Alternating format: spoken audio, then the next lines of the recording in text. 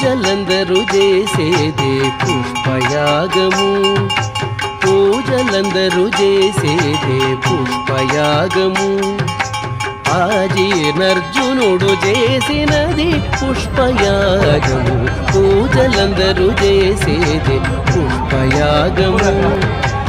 ఆజీర్ణర్జునుడు చేసినది పుష్పయాగము, పూజలందరూ చేసేది పుష్పయాగము.